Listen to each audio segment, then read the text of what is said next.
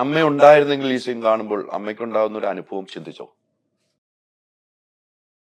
ഉള്ളിൽ തട്ടിയാണ് ഞാൻ പറയുന്നത്. അമ്മയുണ്ടെങ്കിൽ ഈ സീൻ, ഈ ഒരു അഭിനയ മുഹൂർത്തം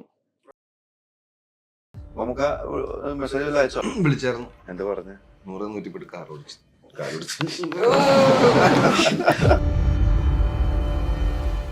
പടം ഇറങ്ങിയിട്ട് മറ്റേ സ്റ്റേറ്റ് അവാർഡ് കിട്ടിയവരുടെ അവിടെ നിന്ന് ഇവിടുത്തെ വളരെ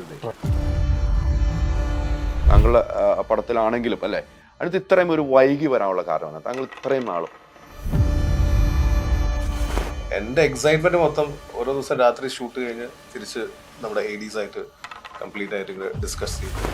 അടുത്ത ദിവസം ഈ സീന് നമുക്ക് ചെയ്യാൻ പോവുക. അതെങ്ങനെ ചെയ്യും എന്നുള്ളൊരു എക്സൈറ്റ്മെന്റിലാണ് നമ്മൾ എല്ലാവരും കിടന്നുറങ്ങുന്നത്. അത് ഒരു 1-2 ടേക്കേ ഉള്ളൂ. ഈ മമ്മൂട്ടിയുടെ ഒരു ഇരുത്തം, അതൊക്കെ മമ്മൂക്ക നമ്മൾ പറഞ്ഞു കൊടുക്കുന്ന അപ്പുറത്തേക്ക് മമ്മൂക്ക അതിനകത്തേക്ക് എത്രമാത്രം ഇൻവോൾവ് ആയിട്ടാണ് അത് വേറെ സ്റ്റൈലിലേക്ക് മാറ്റിയായിരുന്നു? മമ്മൂക്കയുടെ ഇടപെടൽ എങ്ങനെയായിരുന്നു? ആ സീൻ മാത്രമല്ല, എല്ലാ സീനും നല്ല രീതിക്ക് എനിക്ക് ബ്രില്യന്റ് കേൾക്കണം. എനിക്കൊന്നും സിനിമ കണ്ടിറങ്ങുമ്പോൾ അച്ഛൻ പറയുന്ന വാക്കുകൾ കേൾക്കുമ്പോൾ നമുക്ക് തന്നെ മനസ്സിന്റെ ആ ചേർത്ത് പിടിച്ചിട്ടാണ് അച്ഛൻ പറഞ്ഞത്. അച്ഛൻ കണ്ട് വളർന്ന അർജുൻ ഭയങ്കര സന്തോഷവാനായിരുന്നു അച്ഛൻ എന്നാണ് എനിക്ക് ആ അച്ഛന്റെ വാക്കുകളിൽ നിന്നും മനസ്സിലായത്.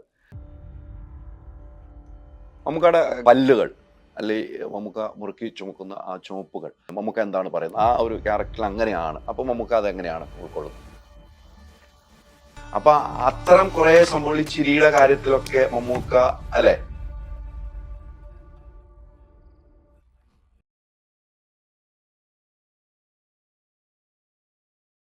നമസ്കാരം. മലയാളികൾ എവിടെയുണ്ടോ അവിടെയെല്ലാം ഏറ്റെടുത്തൊരു സിനിമ, ഒന്നും പറയാനില്ല. സിനിമ കണ്ടു കഴിഞ്ഞിറങ്ങിയപ്പോൾ വീണ്ടും വീണ്ടും കാണണമെന്നൊരാഗ്രഹം. എന്നെ സംബന്ധിച്ച ഒരു ബ്ലാക്ക് ആൻഡ് വൈറ്റ് സിനിമ കണ്ട ഒരു ഫീലേ ഉണ്ടായില്ല, ഒരു സിനിമ കണ്ട ഫീൽ. ആ സിനിമയുടെ പിന്നിലും മുന്നിലും പ്രവർത്തിച്ചാറ് എന്നോടൊപ്പമുള്ള 4 പേർക്കും സ്വാഗതം. ഞാനുള്ളത് പറഞ്ഞു, എനിക്കൊരു ബ്ലാക്ക് ആൻഡ് വൈറ്റ് സിനിമ കണ്ട ഒരു ഫീൽ കിട്ടിയില്ല, ഒരു സിനിമ കണ്ടിറങ്ങി. എനിക്കങ്ങനെയാണ്. തീർച്ചയായിട്ടും ഞാൻ സിനിമയിലേക്കാണ് പോയത്, ആ കഥാപാത്രത്തിലൂടെയാണ് യാത്ര ചെയ്തത്. എനിക്ക് അങ്ങനെയാണ് ഉണ്ടായത്. സമ്മതിച്ചോട്ടോ. ഇത്ര നാള് നിങ്ങൾ വൈകിയ വന്നെങ്കിലും നിങ്ങൾ കൊണ്ടുവന്ന വലിയൊരു സംഭവമാണ്. തീർച്ചയായിട്ടും അത് തന്നെയാണ് സംഭവിച്ചിരിക്കുന്നത് കേട്ടോ. ഒന്നും പറയാനില്ല ആ സിനിമയെ കുറിച്ച്. എനിക്കൊന്നും ചോദിക്കാനും ഇല്ല. ചുമ്മാ എന്തെങ്കിലും പറഞ്ഞു നമുക്ക് അന്ന് പോയപ്പോ പക്ഷെ പടം ഇറങ്ങിയിട്ട് ഞങ്ങളൊരു പക്ഷെ ഇനിയും പടം കാണാറുണ്ട്. അതൊന്നും നമ്മൾ ഇപ്പോഴും പറയാൻ പറ്റില്ല. അതുകൊണ്ടാണ് നമുക്ക് പറയാനൊരു ഇപ്പോഴും പറയാൻ പാടില്ല എന്നുള്ളതാണ് സിനിമ. ഇനി എത്രയോ പേര് കാണും, കണ്ടവർ ഇനിയും കാണാനുണ്ട്, ആഗ്രഹിക്കുന്നു. ഞാനിപ്പോ 2 പ്രാവശ്യം കണ്ടു ഈ സിനിമ. 2 പ്രാവശ്യം ഈ സിനിമ കണ്ടിട്ടിരിക്കുന്നതാണ്.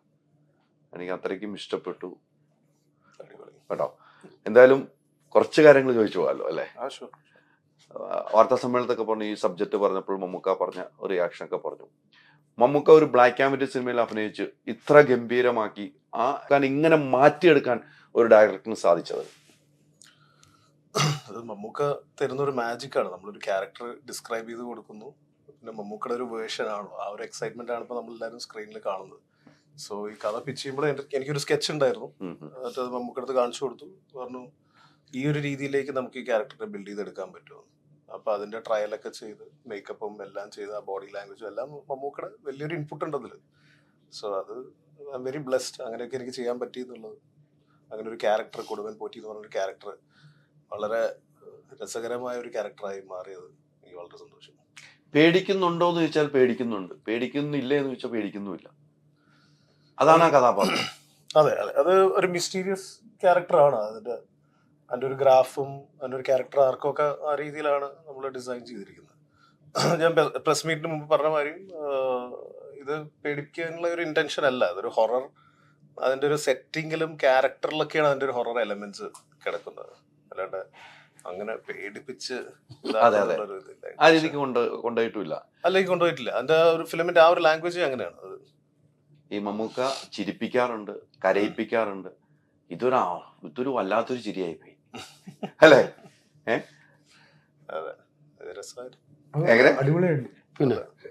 തീർച്ചയായിട്ടും അത്തരം ഒരു ചിരി നമ്മൾ കണ്ടിട്ടില്ല. എങ്കിലും 5 പേരാണ് ഈ സിനിമയിലുള്ള അല്ലെ, 5 കഥാപാത്രത്തിലൂടെ യാത്ര ചെയ്യുന്നു. പക്ഷെ ഇവർ 2 പേരും മമ്മൂക്കായുമാണ് മെയിനായിട്ടുള്ളത് അല്ലേ. മറ്റു 2 കഥാപാത്രങ്ങൾ വേണ്ട സ്ഥലങ്ങൾ വേണ്ട രീതിക്കാണ് ചേർത്തിരിക്കുന്നത്. പക്ഷെ എൻ്റെ ഒരൊറ്റ ചോദ്യമാണ്, നമ്മുടെ സ്ക്രിപ്റ്റ് റൈറ്ററിന്റെ വാക്കുകൾ അല്ലെങ്കിൽ അദ്ദേഹത്തിന്റെ ഡയലോഗുകൾ നമുക്ക് എല്ലാവർക്കും മനസ്സിലാകുന്ന ഡയലോഗല്ല, അത്രയും നീട്ടി എഴുതുന്ന ഡയലോഗാണ്, പെരുത്തി എഴുതുന്ന ഡയലോഗ്. അത് ഇതിലേക്ക് വന്നപ്പോൾ എത്രമാത്രം അത് ഫലിപ്പിച്ചെടുക്കാൻ പറ്റിയെന്നാണ് തോന്നുന്നത്? ബേസിക്കലി നമ്മൾ അതിന്റെ ഫൗണ്ടേഷൻ, അതിന്റെ സ്ട്രക്ചർ ഫസ്റ്റ് റെഡിയാക്കുക എന്നുള്ളതാണ്. പിന്നെ അതിന്റെ മേലെ നമുക്ക് ഈ ഡയലോഗ്സും കൂടെ വരുമ്പോൾ ടി ഡി സാറിന്റെ ഒരു വലിയൊരു കോൺട്രിബ്യൂഷൻ അതിലുണ്ട്. അപ്പൊ അതിലേക്കും കൂടെ വരുമ്പോഴാണ് അതിന് കംപ്ലീറ്റ് ലൈഫ് വരുന്നത്, ആ ക്യാരക്ടേഴ്സിന്റെ ലൈഫ് വരുന്നത്. സോ അത് താങ്ക്സ് ടു സാർ, സാറാണത് പറയേണ്ടത്. തീർച്ചയായിട്ടും ഇത്തരം ഡയലോഗുകളെ നിങ്ങളുടെ നോവലുകളൊക്കെ വായിക്കുമ്പോൾ വല്ലാത്ത ഡയലോഗുകൾ, നീട്ടിയുള്ള ഡയലോഗുകളൊക്കെയാണ്. അതിലൊന്നും മാറ്റി പിടിച്ചിട്ടുണ്ടെന്ന് എനിക്ക് തോന്നുന്നു. അല്ലേ, നമ്മൾ ആ ക്യാരക്ടർ ആ സമയത്ത് എന്താണ് പറയാൻ സാധ്യതയുള്ളത് എന്നാണ് ആലോചിക്കുന്നത്. അത് ഏറ്റവും കൃത്യമായിട്ട് പറയാൻ ഉള്ള ശ്രമമാണ് നടത്തിയിട്ടുള്ളത്. എത്രത്തോളം വിജയിച്ചു വിജയിച്ചു എന്നുള്ള അതിന്റെ ഒരു ചോദ്യം ഇല്ല ഇനി. അപ്പൊ കഴിയുന്നത്ര പരത്തി പറയാതിരിക്കുക, വളരെ കുറച്ച് വാക്കുകളിൽ കൂടി കൂടുതൽ കാര്യങ്ങൾ കൺവേ ചെയ്യുക. ഞങ്ങൾ രണ്ടുപേരും കൂടി ഇരുന്ന് ഓരോ ഡയലോഗും 5-6 തവണ വീണ്ടും വീണ്ടും മാറി റിവൈസ് ചെയ്തിട്ടാണ് ഫൈനൽ ഇതിലേക്ക്. മാസങ്ങളോളം ഞങ്ങൾ ഒരുമിച്ചിരുന്നിട്ടാണ് ഇത് കാര്യങ്ങൾ ചെയ്തിട്ടുള്ളത്. അപ്പം ആ ഡയലോഗ് എത്രയും കൃത്യമാവുക, ഒരേ സമയം തന്നെ പല രീതിയിൽ ഓഡിയൻസിന് ചിന്തിക്കാനുള്ള പോസിബിലിറ്റി തുറന്നു കൊടുക്കുക. തീർച്ചയായും അങ്ങനെയാണ് സംഭവിച്ചിരിക്കുന്നത്. അതെ, ഒന്നാമത് ഇത് ഒരു പീരിയഡ് ഫിലിമാണ്. ഒരു സാധാരണ റിയലിസ്റ്റിക് അറ്റ്മോസ്ഫിയറിൽ നടക്കുന്ന കാര്യമല്ല. കഥാപാത്രങ്ങൾ പൂർണ്ണമായിട്ടും മനുഷ്യർ പോലും അല്ല. അപ്പോൾ ആ തരത്തിലുള്ള ആളുകൾ പറയാൻ സാധ്യതയുള്ള കാര്യങ്ങളാണ് നമ്മൾ പറയാൻ ശ്രമിക്കും. അപ്പം അത് അങ്ങനത്തെ ഒരു ഡയലോഗ് സെറ്റ് ചെയ്യും. അപ്പോൾ നമുക്ക് ഇപ്പോൾ 2024 കൊച്ചിയിൽ ജീവിക്കുന്ന ഒരാൾ പറയുന്ന ഒരു ഡയലോഗ് എഴുതുന്ന പോലെയല്ലല്ലോ. അല്ല. അപ്പം അതിന്, എന്നാൽ ഈ പറയുന്ന 16-ാം നൂറ്റാണ്ടിലുള്ള ആളുകൾ ആ കാലത്ത് സംസാരിച്ചിരുന്ന ഭാഷ അതുപോലെ ചെയ്യാനും പറ്റില്ല. ചെയ്താലെന്ന് വെച്ചാൽ നമ്മുടെ പടം കാണുന്ന ഇപ്പോഴത്തെ ആളില്ല, അവരോട് ഇത് കമ്മ്യൂണിക്കേറ്റ് ചെയ്യണ്ടേ. ഒരുപാട് റോ ആയി പോകും. അപ്പൊ അങ്ങനത്തെ പിന്നെ അപ്പൊ അത് റോ ആവാനും പാടില്ല. എന്നാൽ അതിന്റെ ആ ഒരു കളർ അതിൽ ഉണ്ടാവും വേണം. പിന്നെ ഈ പോറ്റിയുടെ ഒക്കെ ഡയലോഗ് വരുമ്പോൾ ആ ഒരു ഡയമെൻഷനിലാണ് നമ്മൾ. പിന്നെ ഓഫ് കോഴ്സ് നമ്മൾ ഇപ്പം മമ്മൂക്കയുടെ ഡയലോഗൊക്കെ വരുന്ന സമയത്ത് തീർച്ചയായിട്ടും മമ്മൂക്ക മനസ്സിൽ കണ്ടിട്ടുണ്ട് എന്നുള്ളത് സത്യമാണ്. അപ്പോൾ അങ്ങനെയൊക്കെയാണ് അത് ഫോം ചെയ്യുന്നത്. നമ്മൾ ഈ സിനിമ സിദ്ധാർത്ഥ പറയുന്നത്, നമ്മൾ ഈ സിനിമ ഞാൻ പറഞ്ഞില്ല, ബ്ലാക്ക് ആൻഡ് വൈറ്റ് ആയിട്ടെല്ലാം കാണും. എൻ്റെ ഉള്ളിൽ മൊത്തം കളറായിരുന്നു ആ സിനിമയിലായി. നമ്മൾ സ്ക്രീനിലല്ല, നമ്മുടെ ഉള്ളിൽ കളറായിട്ട് തന്നെ ആ സിനിമ കണ്ടുകൊണ്ടിരുന്നത്. ബ്ലാക്ക് ആൻഡ് വൈറ്റ് സിനിമകൾ ഒത്തിരി കണ്ടിട്ടുണ്ട് അല്ലേ. അമ്മയാണെങ്കിലും അഭിനയിച്ചിട്ടുണ്ട്, അച്ഛൻ അത്ര സിനിമ ഡയറക്റ്റ് ചെയ്തിട്ടുണ്ട്. സിദ്ധാർത്ഥനെ സംബന്ധിച്ചിടത്തോളം ഒരു ബ്ലാക്ക് ആൻഡ് വൈറ്റ് സിനിമയിൽ അഭിനയിക്കുന്ന ഒരു എക്സ്പീരിയൻസ് എങ്ങനെയായിരുന്നു? അത് മറ്റേ കളർ പടത്തിൽ അഭിനയിക്കുന്ന പോലെ തന്നെയുള്ള ഒരു എക്സ്പീരിയൻസ് ആണ്. എടുത്തത് ബ്ലാക്ക് ആൻഡ് വൈറ്റിലായി പോയത്. അഭിനയം സെയിം തന്നെ, വന്ന് നിന്ന് ഡയലോഗ് പറഞ്ഞിട്ട് പോകണം. ബ്ലാക്ക് ആൻഡ് വൈറ്റ് ഒന്നും ഇല്ല, അത് എടുത്തതിൽ കാണുന്നതിലേ ഉള്ളൂ ആ വ്യത്യാസം.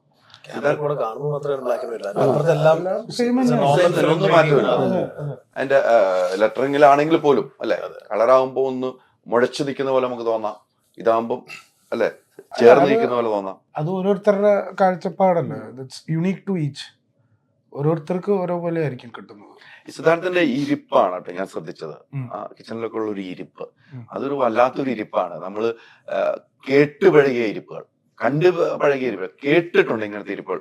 ഒരു അടിയാറ് വന്നിരിക്കുന്ന ഇരിപ്പ്, ആ ഒരു ഇരിപ്പൊക്കെ എങ്ങനെയാണ് അത് വർക്ക്ഔട്ട് ചെയ്യാൻ? അത് നമ്മളൊന്ന് എങ്ങനെയാണ് അതിലേക്ക് വരുന്നത്? അത് സാറ് പറയും അവിടെ ഇങ്ങനെ ഇരിക്കുകയാണ് എന്ന് പറയും. അപ്പൊ ഇങ്ങനെയാണ് ഇരിക്കുന്നത്. അപ്പൊ പുള്ളി നോക്കിയിട്ട് അല്ല അങ്ങനെ ആയിരിക്കില്ല, അപ്പൊ വേറെ ഇങ്ങനെ ആയിരിക്കും, വേണമെങ്കിൽ ആവാം, വേറൊരു ഇരിപ്പ്. സോ അങ്ങനെ നമ്മളത് ഈ പറഞ്ഞ പോലെ വർക്ക്ഔട്ട് ചെയ്ത് നോക്കി ചൂസ് ചെയ്യണതാണ്. അത് പുള്ളി ഭയങ്കര ഇൻസ്ട്രുമെന്റൽ ആണ് ആ കാര്യത്തിൽ.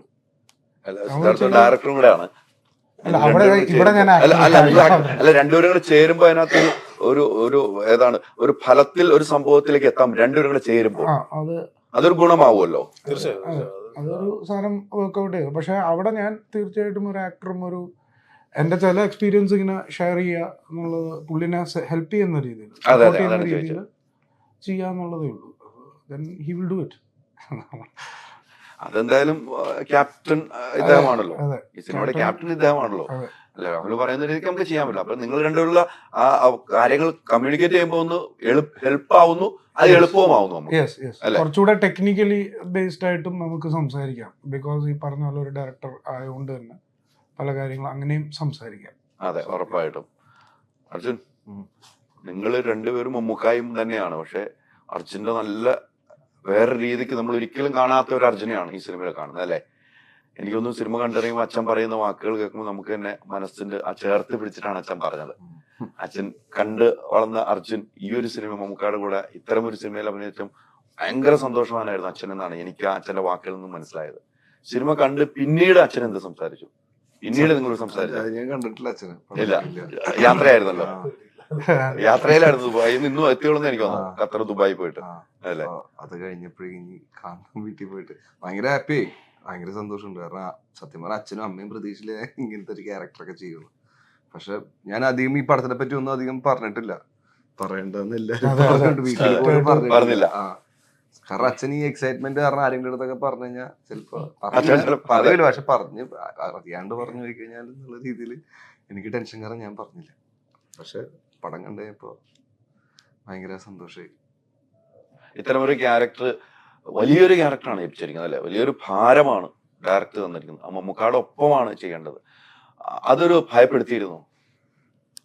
തീർച്ചയായിട്ടും നല്ല ടെൻഷൻ ഉണ്ടായി. ആദ്യത്തെ 3-4 ദിവസം ഞങ്ങൾ രണ്ടുപേരും കൂടി അങ്ങോട്ടും ഇങ്ങോട്ടും പറഞ്ഞോണ്ടിരിക്കും. ഭയങ്കര ടെൻഷൻ, എന്താ ചെയ്യുന്നത് പറ്റോടാ നമ്മളെ കൊണ്ട്. പക്ഷെ 5-ാമത്തെ ദിവസമൊക്കെ ഇപ്പൊ സിദ്ധാർത്ഥയുടെ മാറ്റി പറഞ്ഞു, ഇപ്പൊ വലിയ ടെൻഷൻ ഇല്ല, ഭയങ്കര സുഖം, എന്ത് പറ്റി? നമുക്ക് ഇത് ചിലപ്പോ യൂസ്ഡ് ആയിട്ടുണ്ടാവും,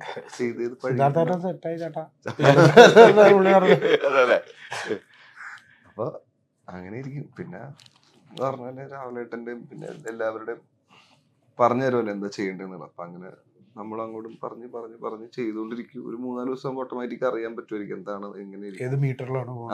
അപ്പൊ അങ്ങനെ പതുക്കെ ട്രാക്കിലേക്കായി. മമ്മൂക്കായുമായിട്ടുള്ള ഡയലോഗുകൾ, അല്ലെ? മമ്മൂക്കായുമായിട്ടുള്ള ചില ആക്ഷനുകൾ, അല്ലെ, എന്ന് ഞാൻ പറഞ്ഞു. സിനിമ കാണുമ്പോൾ അത് മറ്റുള്ള എന്താണെന്നുള്ളത്, അത്തരം സംഭവങ്ങൾ ചെയ്യുമ്പോൾ മമ്മൂക്കാരുടെ അടുത്താണ് നമ്മൾ ഓപ്പോസിറ്റ് നിൽക്കേണ്ടത്. അതെങ്ങനെയാണ് നിങ്ങൾ രണ്ട് കൈകാര്യം ചെയ്തത്? അത് മമ്മൂക്ക തന്നെ 2 ദിവസം പതുക്കെ മാറ്റിയെടുത്ത്. നമുക്ക് ഭയങ്കര ഫ്രണ്ട്ലി ആണ്.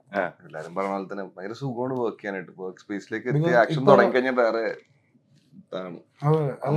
ടെൻഷൻ. ഇപ്പൊ ഈ അപ്രിസിയേഷൻ നമുക്ക് കിട്ടുന്നുണ്ടെങ്കിൽ അത് ആ കോ സ്റ്റാറും കൂടെ നമുക്ക് തന്നൊരു വാല്യൂ ആണ്.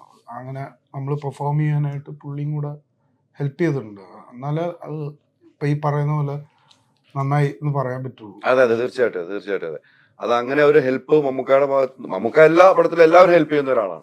നമ്മൾ പുറത്തുനിന്ന് കാണുന്ന മമ്മൂക്ക അല്ല സെറ്റിൽ വരുമ്പോൾ, സെറ്റിൽ കാണുന്ന മമ്മൂക്ക അല്ല വീട്ടിൽ പോകുമ്പോൾ. മമ്മൂക്കൊക്കെ ഒത്തിരി വ്യത്യാസമുണ്ടെന്ന് എല്ലാവരും പറഞ്ഞു കേട്ടിട്ടുണ്ട്. നമുക്ക് അറിയാവുന്ന ഒരു എക്സ്പീരിയൻസ് അങ്ങനെയാണ് മമ്മൂക്ക. അത് ഒത്തിരി ഫലം കണ്ടിട്ടുണ്ട്. തീർച്ചയായിട്ടും. കാരണം അത് അങ്ങനെ നമ്മളെ കംഫർട്ട് ആക്കിയില്ലെങ്കിൽ ചെയ്യാൻ പറ്റൂല ഒരിക്കലും. കാരണം ഭയങ്കര ചേട്ടൻ കണ്ടതല്ല പടം. അപ്പൊ അങ്ങനത്തെ പിന്നെ ഒരു മെജോറിറ്റി ടൈം എനിക്ക് ചെറിയ പേടികളുണ്ട്. പിന്നെ കുഴപ്പമുണ്ടായില്ല, ആ രീതിക്ക് അങ്ങനെ പോയി.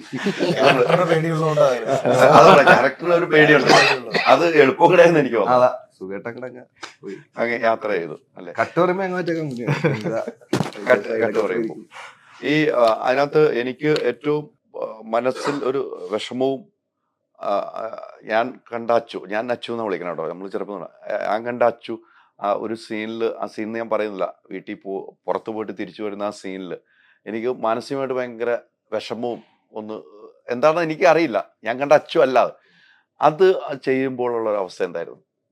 വൃത്തിക്ക് ചെയ്യാന്നുള്ളത് തന്നെ ഉണ്ടായുള്ളൂ ഏറ്റവും സെറ്റ്. ഇപ്പൊ ആ സീൻ മാത്രമല്ല, എല്ലാ സീനും നല്ല രീതിക്ക് എനിക്ക് ബ്രില്യന്റ് കേൾക്കണം. അതായിരുന്നു ഞങ്ങളുടെ ടാസ്ക്. കേൾക്കുന്നുണ്ടോ? അപ്പൊ അതന്നെയായിരുന്നു മാക്സിമം നല്ല ഔട്ട് കൊടുക്കുക, ഹാപ്പി ആക്കുക, എന്നാലും നമ്മളെ ഹാപ്പി ആവുള്ളൂ. ഇപ്പൊ ഡയറക്ടറിന് അല്ലെങ്കിൽ ആർക്കായാലും നമ്മൾ കൊടുക്കേണ്ട രീതിക്ക് അത് പ്രോപ്പർ കൊടുത്തെന്ന് അറിഞ്ഞു കഴിയുമ്പോൾ നമുക്കൊരു സന്തോഷം ഉണ്ടല്ലോ, അതൊരു ഹൈ ആണ് ഷൂട്ടിംഗ് സമയത്ത്. അപ്പൊ ഞാൻ ഇടക്കിടക്ക് പറയാറുണ്ട്, നല്ല മൂഡ് കിട്ടി ചേട്ടാ ചെയ്ത് കഴിഞ്ഞപ്പോ ഞാൻ കൂടുതലും കേരളത്തിലുണ്ടാവും. അപ്പൊ ഷൂട്ടൊക്കെ കഴിഞ്ഞ് കഴിയുമ്പോ ഡിസ്കസ് ചെയ്യുന്നത് സിദ്ധുവേട്ടനായിട്ടായിരിക്കും. അപ്പൊ ഇന്ന് നല്ല മൂഡായിരുന്നു ചെയ്തത്, മറ്റേ സീൻ ഒത്തില്ല. അപ്പൊ അതൊക്കെയാണ്. അപ്പൊ ഭയങ്കര രസമായിരുന്നു പരിപാടി ചെയ്യുമ്പോൾ. അതായത് ഈ നമ്മൾ മനസ്സിൽ കണ്ട ക്യാരക്ടർ ഉണ്ടല്ലോ, ആ ക്യാരക്ടർ ആർട്ടിസ്റ്റ് അവരുടെ നിന്നൊരു നമ്മൾ കണ്ടതിന്റെ ഒരു 50% കിട്ടിയാൽ തന്നെ നമുക്ക് ഹാപ്പിയാണോ, സംഭവം പൊളിക്കാം, വേറെ എടുക്കാം. അപ്പൊ അതിന്റെ വലിയൊരു സാറ്റിസ്ഫാക്ഷൻ ആണ്. നമ്മൾ മനസ്സിൽ കഥ ഒരു ക്യാരക്ടറെ മൈൻഡിൽ കണ്ടിട്ട് എഴുതുന്നത്. ആ ഒരു ബോഡി ലാംഗ്വേജും ആ ഒരു മാനറിസും ഒക്കെ തുടക്കം തൊട്ട് എനിക്ക് ഇവരുടെ എല്ലാവർക്കും കിട്ടി. അതുകൊണ്ട് ആ സമയത്ത് തന്നെ എനിക്ക് ഭയങ്കര കോൺഫിഡന്റ് ആണ്, നോക്ക് എല്ലാം വർക്ക് ആവുന്നുണ്ട്. പക്ഷെ അവരുടെ അടുത്ത് പറയണ്ട.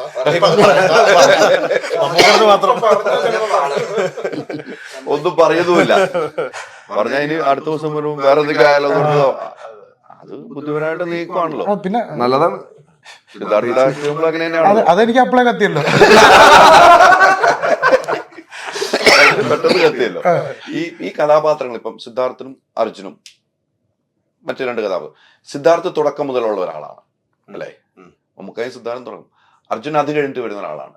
ഈ സിദ്ധാർത്ഥ് തന്നെ അവിടെ എന്നുള്ള ഒരു സാധനം തീരുമാനിക്കാൻ ഡയറക്ടറിന് ഉണ്ടായിരുന്ന ഒരു ധൈര്യവും ആ ഒരു വിശ്വാസം എങ്ങനെയാണ്? സിദ്ധാർത്ഥാണ് ആ കഥാപാത്രം ചെയ്യേണ്ടത്.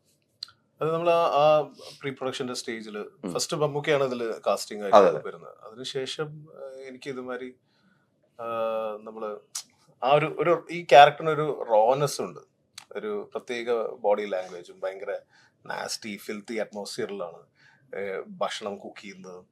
അപ്പോൾ അങ്ങനത്തെ ഒരു ക്യാരക്ടർ നമ്മൾ ആലോചിച്ചിട്ട് എൻ്റെ ഒരു ഏഡിയാണ് ഇങ്ങനെ കുറെ സജഷൻ തന്നപ്പോ അതിലാണ് പെട്ടെന്ന് എനിക്ക് സിദ്ധുവിനെ ഫോട്ടോ എന്ന് പറഞ്ഞു. പിന്നെ അവിടെ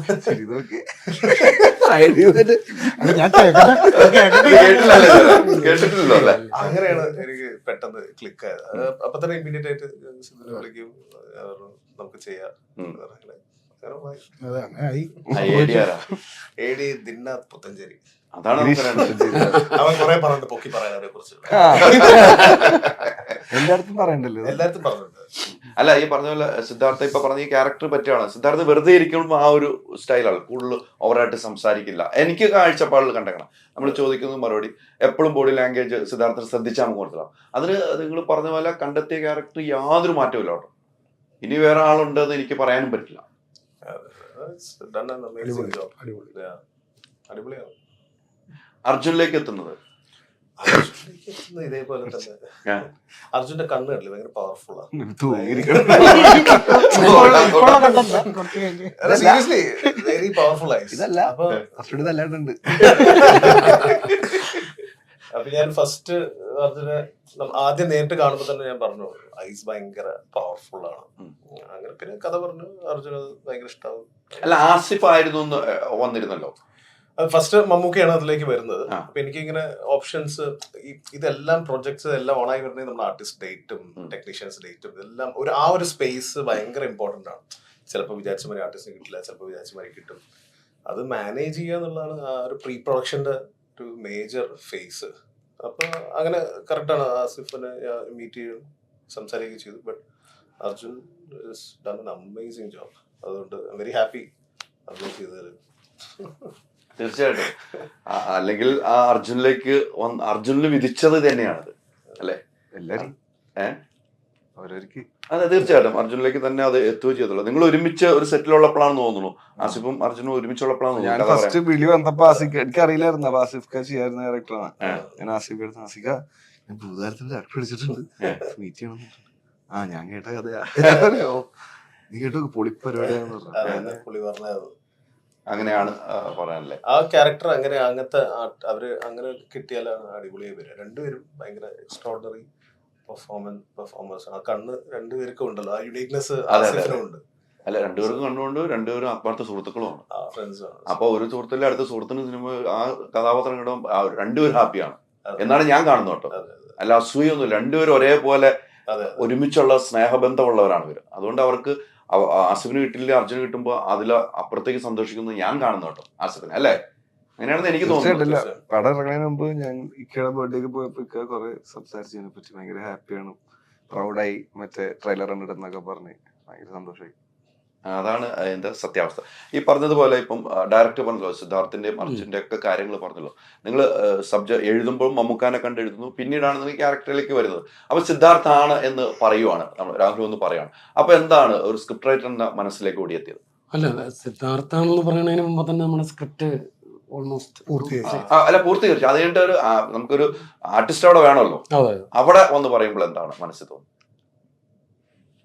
വളരെ കറക്റ്റ് ചോയ്സ് ആണെന്ന് തോന്നുന്നു.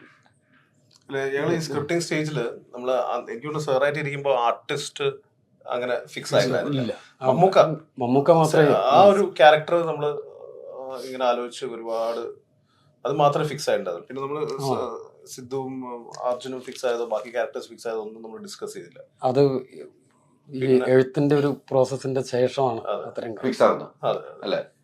ഈ മമ്മൂട്ടിയുടെ ഒരു ഇരുത്തം, അതിൽ നമ്മൾ തുടക്കം കാണുന്നത് സിനിമ കണ്ടവർക്കറിയാം, കാണാത്തവരുടെ ഇരുത്തം എങ്ങനെയാണെന്ന് കണ്ട് മനസ്സിലാക്കട്ടെ.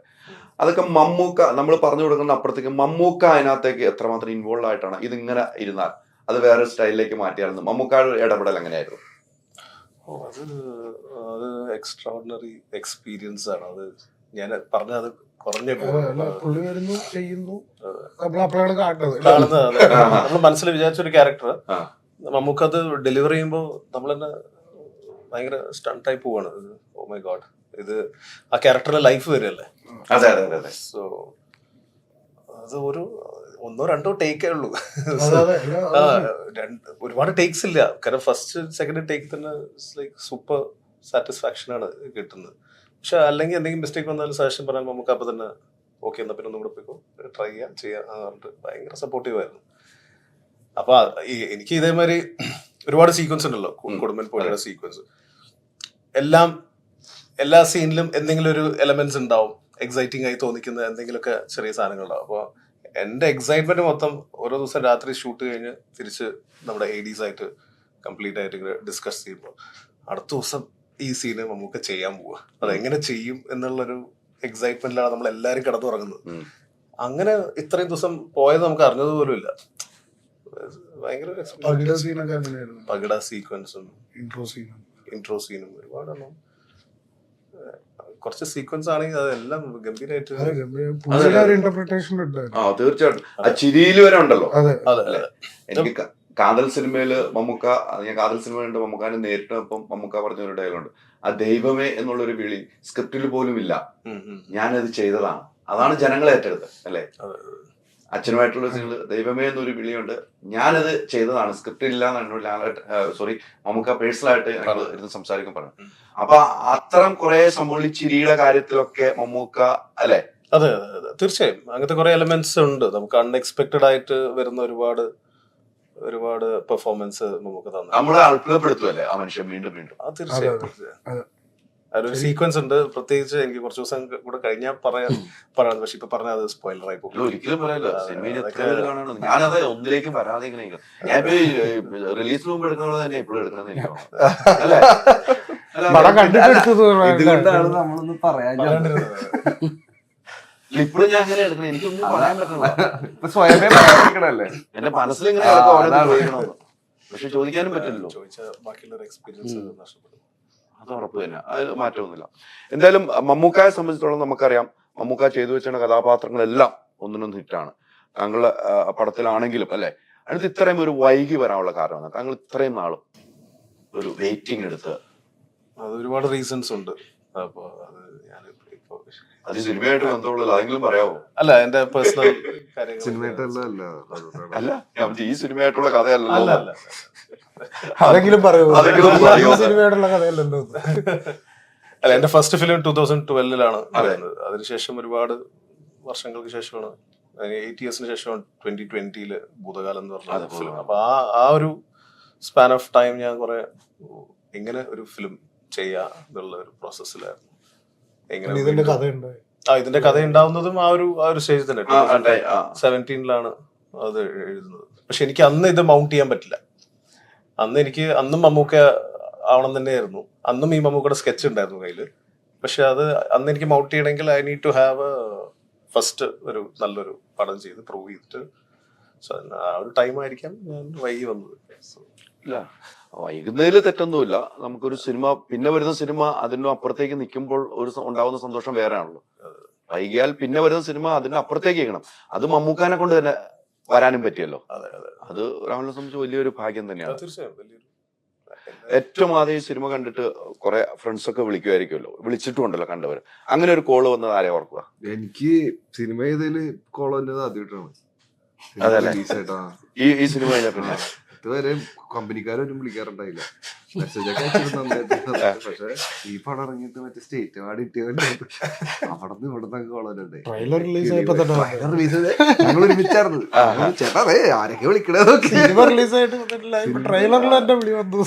ഭയങ്കര വൻ അടിപൊളി എക്സ്പീരിയൻസ് ആയിരുന്നു. മറ്റേ ഇതുവരെ കിട്ടാത്ത ടൈപ്പ് ഓഫ് ഒരു പരിപാടി. ഇപ്പൊ കുറെ പേര് വിളിച്ച്, ചാക്കോച്ചൻ വിളിച്ച്, ജയേട്ടൻ വിളിച്ച്, ഫഹദ്ക്ക മെസ്സേജ് അയച്ച്, അങ്ങനെ കുറെ നല്ല ബേസിലേട്ടൻ വിളിച്ച്, ജിത്തുച്ച് സാറ് ടാഗ് ചെയ്ത്. അല്ല അതാണല്ലോ സ്റ്റേറ്റ് അവാർഡിന് അപ്പുറത്തേക്കാന്ന് പറഞ്ഞില്ലേ? അല്ല എനിക്ക് അവാർഡ് കിട്ടിയ അതെ, സ്റ്റേറ്റ് അവാർഡിന് അപ്പുറത്തേക്കുള്ള ഒരു അവാർഡാണ് ഇങ്ങനെ വിളിക്കുന്നത്. ഇത്രയും സിനിമ ചെയ്തിട്ടും ആരും ഇടയ്ക്ക് മെസ്സേജ് അയക്കുന്നല്ലാതെ എത്രയോ ക്യാരക്ടർ. അല്ല കൂടെയുള്ള എന്റെ ഞാൻ എപ്പോഴും കൂടെ നടക്കുന്ന ഫ്രണ്ട്സ് അടക്കം ടാഗ് ചെയ്യണ വെച്ചാല് so proud to be your friend എന്ന് പറഞ്ഞിട്ടാണ്. അപ്പൊ അതൊക്കെ കാണുമ്പോ തന്നെ ഭയങ്കര ഹാപ്പിയാണ്. കാരണം എന്നെ എല്ലാ സിനിമയിലും കണ്ടതെന്ന് പറയുമ്പോ തന്നെ സക്സസ്. ഒരിക്കലും അർജുന സിനിമയിൽ കണ്ടിട്ടില്ല. ബാക്കി എല്ലാ പടത്തിലും എന്നെ എവിടെയെങ്കിലൊക്കെ ആയിട്ട് കാണാൻ പറ്റും, ഞാൻ തന്നെ ആയിരിക്കും ചിലപ്പോ. പക്ഷെ ഇതില് എന്നെ കണ്ടിട്ടില്ല എന്ന് പറഞ്ഞപ്പോ തന്നെ ഹാപ്പി. ഓക്കെ, സംഭവം ഏറ്റിട്ടുണ്ട്, മനസ്സിലായി. നമുക്ക് ചില സമയത്തിൽ ഈ സിനിമയില് ഉച്ചത്തിൽ സംസാരിക്കും ക്യാരക്ടറിനോട്, അല്ലെ? അത് നമ്മളെ ഭയപ്പെടുത്തുന്ന നിലയിലാണ്, നമ്മളെ പേടിപ്പിക്കുന്ന നിലയിലാണ്. ആ ഒരു സംഭവങ്ങളൊക്കെ മമ്മൂക്ക പറയുമ്പോൾ മനസ്സിൽ ഓടിയെത്തുന്ന എന്താണ്? ഭയം വരും. അപ്പൊ ആ സമയത്ത് ഭയം വരണം, അല്ലെങ്കിൽ ഫേസിൽ കാണില്ല. അപ്പൊ വൺമോർ കൊണ്ട് വന്നോളം പിന്നെയും വരുന്നത് ഭയം വരുന്നത് പിന്നെയും ഭയം വരും. അങ്ങനെയായിരുന്നു, അടിപൊളിയായിരുന്നു. ഏതെങ്കിലും സമയത്ത് നമ്മൾ ചെയ്തത് കുറഞ്ഞു പോയി എന്ന് തോന്നിയോ നമ്മൾ ചെയ്തോണ്ടിരിക്കുമ്പോ? അത് പക്ഷെ പറയാൻ പറ്റില്ല. ആ ഷോട്ട് വെച്ചില്ല, ഞാൻ പറയാൻ ചെയ്തത്. ആ ഷോട്ട് വെച്ചിട്ടുള്ളൂ.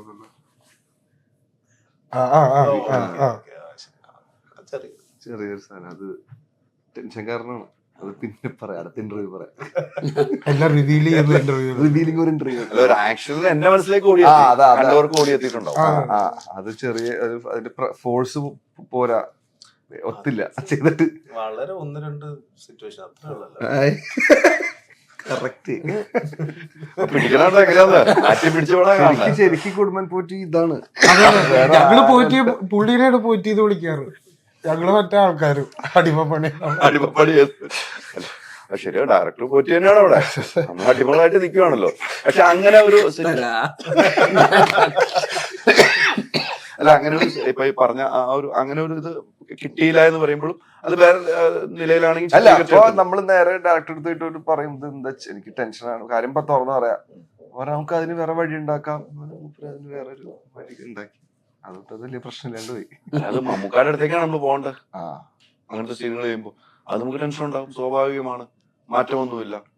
അതെല്ലാവർക്കും ഉണ്ടാവുന്നല്ലേ ഒരു സീനിയർ ആർട്ടിസ്റ്റ്. പിന്നെ ഉറപ്പായിട്ടും ഉണ്ടാവും. പല സിനിമയിലും അങ്ങനെ ഉണ്ടായിട്ടുണ്ട്, പല ആൾക്കാരെ കഥകൾ പറഞ്ഞിട്ടുമുണ്ട്, അതിന് മാറ്റമൊന്നുമില്ല. സിദ്ധാർത്ഥനെ സംബന്ധിച്ചുള്ള ഇപ്പൊ ചെയ്തു വെച്ച സിനിമകൾ കുറെ സിനിമകൾ ചെയ്തു വെച്ചു, അല്ലെ? പല സിനിമകൾ ഒരു ഡയറക്ടർ ആകണം എന്നുള്ള ആഗ്രഹം അതൊരു ആക്ടറിലേക്ക് മാറുന്നു. ഇപ്പോഴും മനസ്സിൽ ഡയറക്ടർ എന്നുള്ള നിലയിലേക്ക് തന്നെയാണ് പോകുന്നത്. ഏതാണ് എന്ന് ഉറപ്പിച്ചു നിൽക്കാൻ പറ്റുന്നുണ്ടോ? ഇല്ല, അതങ്ങനെ ഉറപ്പിച്ചു നിൽക്കാൻ പറ്റില്ല. അപ്പൊ നമ്മൾ രണ്ടും സാറ്റിസ്ഫൈങ് ആയിട്ടുള്ള ഒരു ജോബാണ്. സോ ഇത് വരുമെങ്കിൽ അത് ചെയ്യും, നല്ല നല്ല വേഷങ്ങൾ വരും, അപ്പോൾ അങ്ങനെ അത് ചെയ്യും. നല്ല കഥകൾ പറയണം തോന്നുവാണെങ്കിൽ ഇത് ചെയ്യും. Lucky that I can balance both, രണ്ടും ചെയ്യാൻ പറ്റും. ഒരു നടൻ എന്ന നിലയിൽ കണ്ടെത്തിയ ആളുകളുണ്ടല്ലോ, നടനാണ് സിദ്ധാർത്ഥൻ, നടനാണ് എന്ന് കണ്ടെത്തിയവരും ഡയറക്ടർ എന്ന നിലയിൽ കണ്ടെത്തിയവരുണ്ട്, അല്ലെ? അതില് ഏറ്റവും സിദ്ധാർത്ഥന് ഇഷ്ടം തോന്നിയത് ഒരാള് പറഞ്ഞാൽ ആരെയായിരിക്കും? നടൻ എന്ന ലൈനിൽ രാഹുൽ സദാശിവനെ ഇഷ്ടമാണ്. പുള്ളിയാണ് ഇപ്പം എനിക്കൊരു സാധനം തന്നേക്കുന്നത്. പിന്നെ ഡയറക്ടർ എന്ന നിലയിൽ ഞാൻ വർക്ക് ചെയ്തിട്ടുള്ള എല്ലാ ആക്ടേഴ്സിനെയും എനിക്കിഷ്ടമാണ്. ഞാൻ പറയണ കേട്ടിട്ടുണ്ട് എല്ലാവരും. ഭയങ്കര സൗണ്ട് പറഞ്ഞ കേട്ടിരുന്നത് പല അർത്ഥങ്ങൾ വെച്ചാണ് പറഞ്ഞിരിക്കുന്നത്, എനിക്ക് മനസ്സിലായിട്ടുണ്ട്. അല്ല, ഇതിപ്പോ ഈ കഥാപാത്രം കൃത്യമാണ് ഈ പറയുന്നത്. അതെ, അത് പുള്ളി ഷേപ്പ് ചെയ്ത് പുള്ളി നമ്മളെ കണ്ടെത്തി വിളിച്ചു വരുത്തി ഇങ്ങനെ ഒരു നല്ലൊരു വേഷം തോന്നുന്നു. അപ്പോൾ he has found something in me. ഇതുപോലെ ആൾക്കാർ പിടിക്കുമായിരിക്കും, വേറെ ഡയറക്ടേഴ്സ് നമ്മൾക്ക് നല്ല വേഷങ്ങൾ തന്ന് മേ ബി കൊണ്ടുവരുമായിരിക്കും. അമ്മ ഉണ്ടായിരുന്നെങ്കിൽ ഈ സീൻ കാണുമ്പോൾ അമ്മയ്ക്ക് ഉണ്ടാകുന്ന ഒരു അനുഭവം ചിന്തിച്ചോ? സന്തോഷം ഉണ്ടായിക്കണം. ഭയങ്കര സന്തോഷമായിരിക്കും. ഇപ്പൊ അശോകൻ ചേട്ടന്റെ കാര്യം പറഞ്ഞു പോലെ. അതെ അതെ തീർച്ചയായിട്ടും. അതുകൊണ്ടാണ് ഞാൻ ആ ചോദിച്ചത്. അമ്മയ്ക്ക് സിദ്ധാർത്ഥിന്റെ ഈ ഒരു വേഷം ഭയങ്കരമായിട്ട് ഇഷ്ടപ്പെടുമായിരുന്നു ഞാൻ വിശ്വസിക്കുന്ന ഒരാളാണ്. അങ്ങനെയാണ് നിങ്ങൾ തമ്മിലുള്ള ബന്ധങ്ങളും ആത്മാർത്ഥമായ ബന്ധത്തിൽ ഉള്ളിൽ തട്ടിയാണ് ഞാൻ പറയുന്നത്. അമ്മയുണ്ടെങ്കിൽ ഈ സീൻ, ഈ ഒരു അഭിനയ മുഹൂർത്തം ഉറപ്പായിട്ടും ഒരു സിനിമാ കുടുംബത്തിൽ സിനിമ കേട്ട് പല കഥകളും പറഞ്ഞു വന്ന കുടുംബത്തിൽ നിന്നാണ് വരുന്നത് അല്ലേ. അച്ഛനാണെങ്കിലും അമ്മയാണെങ്കിലും സിനിമാ കഥകൾ ഒത്തിരി കേട്ട് വളർന്ന ഒരു വ്യക്തിയാണ്. അതുകൊണ്ടാണ് ഞാൻ അതിലേക്ക് അല്ല, ഞാനും ആഗ്രഹിച്ചിരുന്നു ഒരു നിമിഷം. പിന്നെ അത് പ്രാക്ടിക്കൽ അല്ലാത്തതുകൊണ്ട് പിന്നെ ഞാൻ വിട്ടു. തീർച്ചയായിട്ടും ആ ഒരു നിമിഷം അതിന്റെ അപ്പുറത്തേക്കുള്ള നിമിഷമാണ്. എല്ലാം കാണും എന്ന് വിശ്വസിക്കുന്നവരല്ല നമ്മളെല്ലാവരും. അതങ്ങനെ കണ്ടു തന്നെ പോകുന്നുണ്ട്. അതിന് മാറ്റമൊന്നുമില്ല. ഇനിയൊരു സിനിമ ഉണ്ടെങ്കിൽ ഇവരൊക്കെ നമുക്ക് വേണ്ടേ? തീർച്ചയായും. ഞാൻ ചോദിച്ചു ഇല്ലെങ്കിൽ അടുത്ത സിനിമ ചെയ്യല്ലോ. ഞങ്ങൾ സമരം പോറ്റി തിരിച്ചെടുക്കണം ചോദിക്കും. ഇതൊരു ഒരു സംഭവമാണ്, ഇതൊരു കഥയാണ്, ഒരാളുടെ ജീവിത. ഇത് കോടതിയിലൊക്കെ കേസ് വന്നു. അന്ന് തന്നെ നമ്മൾ കോടതി വരുന്നതിന് മുമ്പ് തന്നെ കോടതിയിൽ കേസ് വരുന്നത് ഈ പേര് മാറ്റം എന്നുള്ള അതിന് മുമ്പ് തന്നെ നമ്മൾ മാറ്റി വെച്ചിട്ടുണ്ടായിരുന്നു എന്ന് എനിക്ക് തോന്നുന്നു ഡയലോഗുകളൊക്കെ. ഇത് ഞാൻ മുമ്പുള്ള ഇന്റർവ്യൂസും പറഞ്ഞു, ഇത് നമ്മൾ ആരെയും ഉദ്ദേശിച്ചിട്ടല്ല ആ പേരിട്ടത്. ആ ഒരു കാലഘട്ടത്ത് ഭയങ്കര കോമൺ നെയിം ആയിരുന്നു ആ പേര്. അപ്പൊ അത് പാട്ടിറങ്ങിയപ്പോ ഒരുപാട് പേര് അത് ആ പേര് അങ്ങനെ കണക്ട് ചെയ്തു. നമുക്ക് താല്പര്യം. അതെ, കൺസേൺ റേസ് ആയതുകൊണ്ട് തന്നെ നമ്മൾ അതിനുള്ള ഇനിഷ്യേറ്റീവ് എടുത്തു. പ്രൊഡ്യൂസർ സംസാരിച്ചു, മമ്മൂക്കോട് സംസാരിച്ചു, നമ്മളത് മാറ്റി. അത്രേ ഉള്ളൂ. Very simple. ഈ ഒരു പ്രൊഡ്യൂസറിലേക്ക് എങ്ങനെയാണ് എത്തിയത്? അത് ഒരു വലിയ ചലഞ്ചാണ്. പ്രൊഡ്യൂസർ അതെ, അത് ആക്ച്വലി ഭൂതകാലം കഴിഞ്ഞിട്ട് ഞാനിങ്ങനെ ഒരുപാട് വേറെയും കുറെ പ്രൊജക്ട്സ് ഒക്കെ ഇങ്ങനെ എനിക്ക് ഒരുപാട് ഓഫേഴ്സും കാര്യങ്ങളൊക്കെ വന്നപ്പോൾ ഇതുമാതിരി എനിക്ക് വയനാട് സ്റ്റുഡിയോ എന്നൊരു കോള് വന്നു. അങ്ങനെ റാം സാറാണ് വിളിക്കുന്നത്. എന്നെ നമ്മുടെ സൗണ്ട് മിക്സിലെ രാജ വിഷ്ണു സാറ് പുള്ളിയാണ് പറഞ്ഞിങ്ങനെ ഒന്ന് പോയി കഥ പറഞ്ഞു നോക്കുക. അങ്ങനെ ഞാൻ പോയി കഥ പറഞ്ഞു.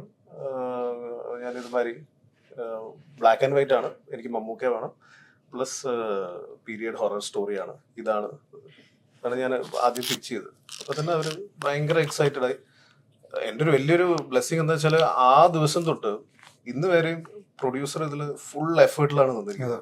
ഫുൾ സപ്പോർട്ടാ. ഇങ്ങനെ ഒരു പ്രൊഡ്യൂസർ കിട്ടുക എന്ന് പറഞ്ഞാൽ ഗ്രേറ്റ് ബ്ലെസ്സിങ്. എനിക്ക് മുമ്പുള്ള ഫിലിമിലും അതുമാതിരി ബ്ലെസ്സിങ്. അൻവറൊക്കെയാണ് പ്രൊഡ്യൂസർ ആയിരുന്നത്. സോ ഒരു പ്രൊജക്ട് മൗണ്ട് ചെയ്യാൻ ഒരു പ്രൊഡ്യൂസറുടെ സപ്പോർട്ട് ഭയങ്കര ഇമ്പോർട്ടന്റ് ആണ്. ഇത്രയും വലിയൊരു റിസ്ക് ഫസ്റ്റ് നമ്മളിപ്പോ റിലീസ് ആയതുകൊണ്ട് നമുക്കറിയാം സക്സസ്ഫുൾ ആയി. ബട്ട് ആ ടൈമില് ബ്ലാക്ക് ആൻഡ് വൈറ്റ് പുഷ് ചെയ്ത് തന്നെ. അതെ അതെ, ബ്ലാക്ക് ആൻഡ് വൈറ്റ് കോൺസെപ്റ്റ്. പ്രൊഡ്യൂസറാണ്, പ്രൊഡ്യൂസ് ചെയ്യുക. ആ ഒരു കോൺസെപ്റ്റ് തന്നെയാണ്. ഭയങ്കര ഈസ് വെരി ക്രിയേറ്റീവ്ലി ഭയങ്കര സപ്പോർട്ടീവ് ആയിരുന്നു. Even for everything. നമ്മള് പോസ്റ്റർ ഡിസൈനിങ് ആണെങ്കിലും എല്ലാത്തിലും പുള്ളിയുടെ ഒരു ഇൻപുട്ട് ഉണ്ടാവും. നമുക്ക് അങ്ങനെ ലോഗോ അങ്ങോട്ട് വെക്കാം, ഇങ്ങോട്ട് വെക്കാം, അത് ചെയ്യാം. So that means it coming from the heart. അത് ഭയങ്കര ഇമ്പോർട്ടന്റ് ആണ്. So I am very thankful. നിങ്ങളുടെ റാം സാറും ശശി സാറൊക്കെ ഫിലിം സ്കൂളില് പുള്ളി എന്റെ ഫിലിം അക്കാഡമിയിലെ സീനിയർ ആയിരുന്നു. ലണ്ടൻ ഫിലിം അക്കാഡമിയില് അന്ന് പരിചയപ്പെട്ടിട്ടില്ല, ബട്ട് എന്റെ സൂപ്പർ സീനിയർ ആയിരുന്നു. സംസാരിച്ച രീതി അപ്പോഴാണ് മനസ്സിലായോ നമ്മൾ തമ്മിൽ ഒരേ സ്കൂളിൽ നിന്നല്ലേ തിരുമേനി പറഞ്ഞു നമ്മൾ തമ്മിൽ അമേരിക്കയിൽ. ഈ സിനിമ കണ്ട് ഇപ്പൊ സക്സസ് ആണ്. മമ്മൂക്ക അത് കഴിഞ്ഞ് വിളിച്ചിരുന്നു. മമ്മൂക്ക ആ ദിവസം തന്നെ എന്താണ് പറഞ്ഞത്? ഭയങ്കര ഹാപ്പിയാണ്. ഭയങ്കര സന്തോഷം, ഭയങ്കര ഹാപ്പി ആയിട്ട് എക്സൈറ്റ്മെന്റിലാണ് സംസാരിച്ചത്. മമ്മൂക്ക കാണാൻ പോയി? ഇല്ലില്ല, കാണണം. ഇന്ന് ഈവനിങ് കാണും. ഇന്ന് വൈകിട്ട് കാണും. അതെ, നമുക്ക് ഇന്നലെ വരെ ഷൂട്ടിലായിരുന്നു, കോയമ്പത്തൂർ ഷൂട്ടിലായിരുന്നു. അപ്പൊ ഇന്ന് പോയി കാണും. എല്ലാരും കാണുന്നുണ്ടല്ലോ അല്ലെ? കാതല് കഴിഞ്ഞിട്ടും എല്ലാരും പോയി അത് കഴിഞ്ഞിട്ടൊന്ന് കാണുന്ന ഒരു സീൻ ഉണ്ടായിരുന്നു മമ്മൂക്കാടെ അടുത്ത്. എല്ലാവരും കൂടെ പോയി അണ്ടർ സ്കോഡ് കഴിഞ്ഞിട്ടും എല്ലാവരും കൂടെ വിജയം കണ്ടിട്ട് 2 ദിവസം കഴിഞ്ഞ് പോകുന്നു. അതുപോലെ ഒരു കൂടിക്കാഴ്ച ഇന്നും ഉണ്ടാവും. തീർച്ചയായും അല്ലെ? പ്ലാൻ ചെയ്യുന്നുണ്ട്. നമുക്ക് മെസ്സേജ് അയച്ചോ? വിളിച്ചായിരുന്നു. പറയൊന്ന് ചോദിച്ചാലേ അത് വരുമല്ലേ? ഭയങ്കര ഹാപ്പി ആയിരുന്നു. ഭയങ്കര രസമായിരുന്നു. വിളിച്ച് സംസാരിച്ചതിന് ഭയങ്കര ഒരു ഓണായി പോയി. ആ സമയത്ത് ജോർജ് ചേട്ടൻ വിളിച്ച് ഹാപ്പി അല്ലേ, കൺഗ്രാജുലേഷൻസ് എന്നൊക്കെ പറഞ്ഞ്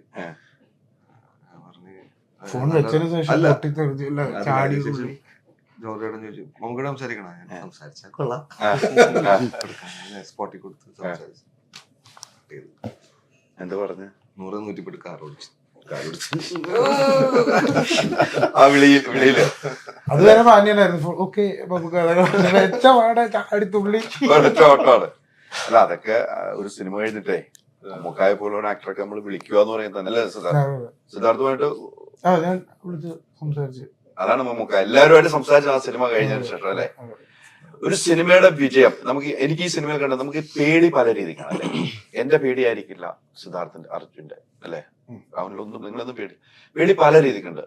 ഇത് നമ്മൾ പേടിക്കണം അല്ലെങ്കിൽ പേടിപ്പിക്കും എന്നൊക്കെ ഒരു ചിന്താഗതി ഉണ്ടായിരുന്നു. എനിക്ക് അത് പേടിയാവും അല്ലെങ്കിൽ മറ്റൊരു പ്രേക്ഷകന് പേടിയാവും. അങ്ങനെ ഒരു ചിന്താഗതി ഉണ്ടായിരുന്നു രാഹുലിന്റെ ഈ കഥയിൽ? ഇല്ല, അത് ആ ഇന്റൻഷൻ എനിക്ക് ഉണ്ടായിരുന്നില്ല. പേടിപ്പിക്കണം എന്ന് പറഞ്ഞ ഇന്റൻഷൻ ആയിരുന്നില്ല ഈ പടം. ഇത് വേറെ രീതിയിലുള്ള ഒരു ഹൊററാണ്. ക്യാരക്ടറും ആ പെർഫോമൻസിലുമാണ് അതിന്റെ ഒരു സൈക്കോളജിക്കൽ അതിന്റെ ഒരു എലമെന്റ്സ് ഇരിക്കുന്ന ക്യാരക്ടറൈസേഷനിലാണ്. അതില് പേടി ഉണ്ടാവുക എന്നുള്ളതായിരുന്നു. ആ ഒരു ക്യാരക്ടർ സംസാരിക്കുമ്പോഴും ഓപ്പോസിറ്റ് ഉള്ള ഒരു വേറൊരു ക്യാരക്ടർ ആ സിറ്റുവേഷൻ പേടി കുറച്ച് സസ്പെൻസ്ഫുൾ ആവുക എന്നുള്ളതായിരുന്നു. അല്ലാണ്ട് ഇത് ഞെട്ട് അങ്ങനത്തെ ഒരു സ്പേസിൽ നിൽക്കുന്ന ഒരു ഹൊറർ ഫിലിം അല്ല. അത് അങ്ങനെ തന്നെയാണ് ഡിസൈൻ ചെയ്തിരിക്കുന്നത്. അതെ അതെ അങ്ങനെ തന്നെയാണ് ചെയ്തിരിക്കുന്നത്. നമുക്കവിടെ പല്ലുകൾ അല്ലെ നമുക്ക് മുറുക്കി ചുമക്കുന്ന ആ ചുമപ്പുകൾ അതൊക്കെ ചെയ്ത് കഴിയുമ്പോൾ എന്താണ് തോന്നുന്നത്? നമുക്ക് എന്താണ് പറയുന്നത്? ആ ഒരു ക്യാരക്ടർ അങ്ങനെയാണ്. അപ്പൊ നമുക്ക് അത് എങ്ങനെയാണ് ഉൾക്കൊള്ളുന്നത്? അത് ഇതേമാതിരി നമ്മൾ ഈ ട്രയലിന്റെ തൊട്ട് മുമ്പ് മമ്മൂക്കയുടെ പല്ല് വളരെ ക്ലീൻ നീറ്റ് നല്ല രസമാണ്. നല്ല അപ്പൊ അത് കുറച്ച് വൃത്തികേടാക്കാനുള്ള ഒരു ഇന്റൻഷനിൽ ഞാനിത് പറഞ്ഞു. അപ്പൊ മമ്മൂക്ക തന്നെ പറഞ്ഞു എന്നാ പിന്നെ നമുക്ക് പല്ല് വെക്കുക. കാരണം ഇത് മുറുക്കുന്ന ഒരു ക്യാരക്ടറാണല്ലോ ഫുൾ ടൈം. അപ്പൊ കറ പിടിച്ച് അങ്ങനത്തെ ഒരു അങ്ങനെ മമ്മൂക്ക ശരി എന്ന് പറഞ്ഞിട്ടാണ് പിന്നെ നമ്മളത് ട്രയൽ ചെയ്യും, ടെസ്റ്റ് ചെയ്യും. ചെയ്തിട്ടൊരു പുള്ളിയുടെ മെഷർമെന്റ് ഒക്കെ എടുത്തിട്ടാണ് പല്ല് വെച്ച്. പിന്നെ ഒരു മേക്കപ്പ് ട്രയൽ ചെയ്ത എല്ലാ ക്യാരക്ടറും അന്നാണ് ഞാൻ ആദ്യമായിട്ട് കാണുന്നത്. ഭയങ്കര രസമായിരുന്നു. അത് ട്രയൽ എടുത്ത് കഴിഞ്ഞപ്പോഴാണ് നമ്മൾ അല്ലേ ഫുൾ ക്യാരക്ടറിലേക്ക് എത്തിയത്. അത് ആ മാലയൊക്കെ മമ്മൂക്കയുടെ ഇൻപുട്സ് ആയിരുന്നു. അത് ബെയർ ബോഡി അല്ലേ, അതില് നമുക്ക് ഒരു മാലയും കൂടി ഉണ്ടെങ്കിൽ രസമായിരിക്കും. അതൊക്കെ മമ്മൂക്കയുടെ ആഡ് ഓൺസ് ആണ്. അതൊക്കെ ക്യാരക്ടറിനെ ഭയങ്കരമായിട്ട് എൻഹാൻസ് ചെയ്തു സാധനം. ഉറപ്പാണ്. ഈ മമ്മൂക്ക അതിനകത്ത് എനിക്ക് പിന്നീട് ഒരു കാര്യം കോസ്റ്റ്യൂമിന്റെ കാര്യത്തിലാണ്. ആർക്കും കോസ്റ്റ്യൂം എന്ന് പറയാനില്ല അല്ലെ, എല്ലാം ഇത്രയും തന്നെയാണ്. അത്തരം ഒരു തീരുമാനം അല്ലെ ആർക്കും കോസ്റ്റ്യൂം അല്ല പറയുന്നത് സിമ്പിൾ ആണ്. പക്ഷെ നമ്മള് ഷൂട്ടിയുടെ ഇത് കണ്ടിന്യൂറ്റീവ് പ്രശ്നമുണ്ടോ അല്ലെ?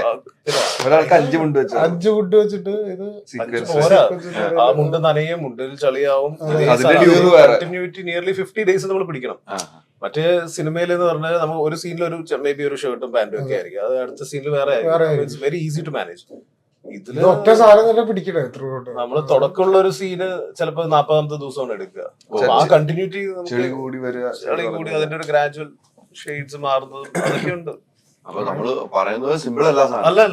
കാണുമ്പോ സിമ്പിൾ, കാണുമ്പോ വെരി സിമ്പിൾ. ഒറ്റ മുണ്ട് പക്ഷെ അവിടെ കണ്ടിന്യൂറ്റിയുടെ പ്രശ്നം പറഞ്ഞു. ഈ മുണ്ടല്ല അത് 5 ആണ് 7 അല്ല 5 കൊടുക്കും. അങ്ങനെയൊക്കെ ഒരു പ്രശ്നമുണ്ട്. ഭയങ്കര അതാണ് ഞാൻ ചോദിച്ചത്. കാണുമ്പോ സിമ്പിൾ അല്ലേ? ഒരു മുണ്ട് നമുക്ക് ട്രോളൊക്കെ ഒന്നല്ല.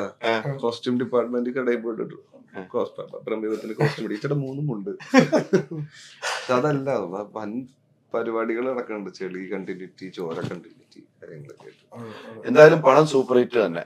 ഇനിയും അതിനപ്പുറത്തേക്ക് ഹിറ്റ് ആകട്ടെ. ഇതിന്റെ 50ാം ദിവസവും 100ാം ദിവസവും ഒക്കെ ആഘോഷിക്കാനുള്ള ഭാഗ്യം നമുക്ക് ഉണ്ടാകും എന്ന് വിശ്വാസത്തോടെ, ഉറച്ച വിശ്വാസത്തോടെയാണ് ഞാൻ ഇത് വൈൻഡപ്പ് ചെയ്യുന്നത്. ഉറച്ച വിശ്വാസം എനിക്കുണ്ട്. ഇപ്പോൾ വന്ന മമ്മൂക്കയുടെ പടങ്ങൾ നോക്കുമ്പോൾ എല്ലാം അങ്ങനെ ആഘോഷം. ഇപ്പം കാതലിന്റെ ആഘോഷം നമ്മൾ നടത്താൻ പോകും. അപ്പൊ ഇതിന്റെ ഒരു കേക്ക് മുറികൾ അവിടെ ഉണ്ടാവുന്ന എനിക്ക് തോന്നുന്നു. കുടിക്കാലോ. അതെ, എന്തായാലും സൂപ്പർ ആയിട്ടുണ്ട് കേട്ടോ. ഇനിയും സിനിമ കണ്ടവർക്ക് ഇനിയും കാണാനുള്ള സിനിമ തന്നെയാണ്. അതാണ് നിങ്ങൾ ചെയ്തു വെച്ചിരിക്കുന്നത്. ഒരു 5 പേരിലൂടെ ഒരു സിനിമ കൊണ്ടുപോകാമെന്നും 5 പേര് കഥാപാത്രങ്ങൾ ഏതൊക്കെ രീതിയിൽ പെർഫോം ചെയ്യാമെന്ന് കാണിച്ച ഒരു ഡയറക്ടർ. ഒത്തിരി സന്തോഷം. Thank you.